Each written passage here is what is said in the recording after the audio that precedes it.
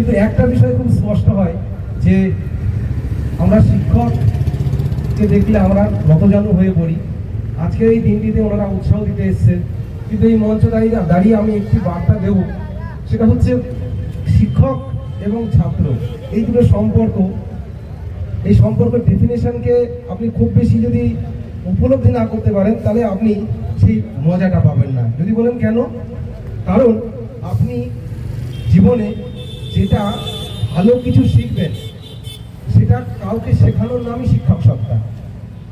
আর সব সময় কিছু শিখবো, ভালো কিছু শিখবো, এটা মনে ভাবনার নামই ছাত্র সত্তা। আমি স্কুলে ছিলাম মানে ছাত্র আছি, আমি স্কুলে শিক্ষকতা করতাম মানে শিক্ষক ছিলাম, এরকম কোনো ডেফিনেশনের বেড়া গেলে আমরা থাকবো না।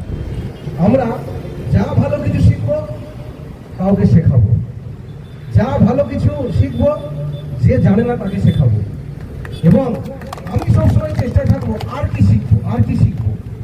যেন মন যেন এই ভাবনায় কখনোই না থাকে যে আমি স্যাচুরেটেড, আমি অতিপৃক্ত, আমি পরিপৃক্ত। এই ভাবনা কেন বলছি জানেন? এই মঞ্চে এই গুরুত্বপূর্ণ দিনে এই ভাবনা আমাদেরকে ভালো মানুষ হতে শেখাবে। ভালো মানুষ থেকে ভালো মনুষ্যত্ব আসবে, আর আরও যেটা আসবে সেটারই প্রতিফলন হচ্ছে এই অনুষ্ঠান। ভালো মানুষ হলে ভালো মনও তৈরি হবে, সেই মন থেকেই মনে হবে যে না, আমি কিছু মানুষের পাশে দাঁড়াই। সেই মানুষের পাশে দাঁড়ানোর সেই সত্তা নিয়েই আজকে সুমন মার্বেল দাঁড়িয়েছেন।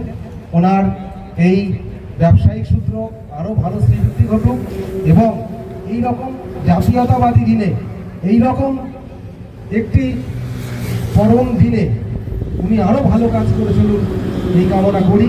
যারা এখানে উপস্থিত শিক্ষক সত্তা আছেন তাদেরকেও ভবিষ্যতে আমি অনুরোধ করব তারাও যেন এরকম পাশে দাঁড়াবেন এবং আশিস ভরিয়ে দেবেন, যেন প্রত্যেকের সমাজের প্রতিটি স্তরে যেন এই মানসিকতা গড়ে ওঠে যে না, আমি মানুষ, মানুষের জন্য।